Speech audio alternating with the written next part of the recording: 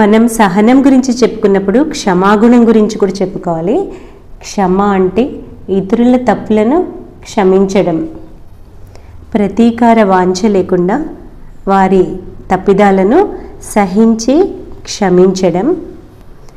ఎవరైనా మనకి బాధ కలిగిస్తే దానివల్ల మనం కష్టపడితే దాని వెనుక మన కర్మఫలం కూడా ఉంది కనుక అవతల వ్యక్తులను బాధ్యులను చేసి వారి మీద ప్రతీకార వాంఛ కలిగి ఉన్నాం లేదా ప్రతీకారం తీర్చుకున్నామంటే మనం మరొక కర్మను పెంచుకుంటున్నాం. ఆ కర్మ ఫలాన్ని కూడా మనం మళ్ళీ అనుభవించాల్సి ఉంటుంది. రామాయణంలో రావణ సంహారం జరిగాక హనుమంతుడు ఎంతో ఉత్సాహంతో సీతమ్మ దగ్గరికి వచ్చి అంటాడు, ఇన్నాళ్ళు మిమ్మల్ని కష్టపెట్టిన ఈ రాక్షస స్త్రీలని నేను దండిస్తాను అని. సీతమ్మ వెంటనే అంటుంది, నాయన నా కశ్చిత్ నా అపరాధ్యతి, అపరాధం చేయని వాళ్ళు ఎవరు ఈ జగత్తులో ఉండరు. వీరు రాజాజ్ఞ పాటించి ఆ విధంగా నన్ను కష్టపెట్టారు, దానికి నువ్వు మళ్ళీ వాళ్ళని దండించాల్సిన పని లేదు అని. శారదమ్మ జీవితంలో కూడా మనం చూస్తాం.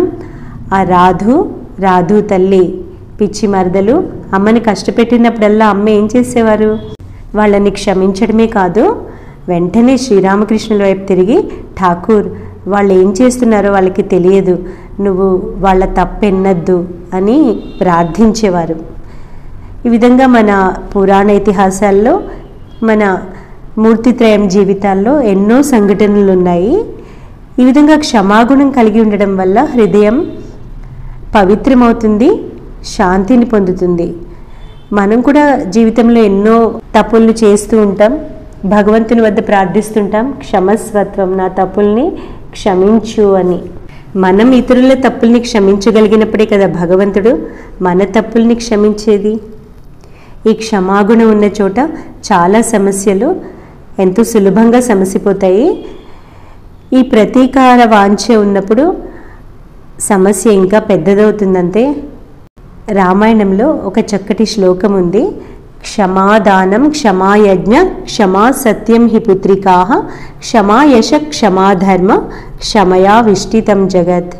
మనం క్షమాగుణాన్ని పాటించడం ద్వారా ఈ దానాన్ని పాటించిన ఫలితం, యజ్ఞాలు చేసిన ఫలితం, సత్యనిష్ట కలిగి ఉన్న ఫలితం, ధర్మాన్ని పాటించిన ఫలితం, ఇవన్నీ కూడా క్షమని పాటించడం ద్వారా మనకి కలుగుతాయి అని.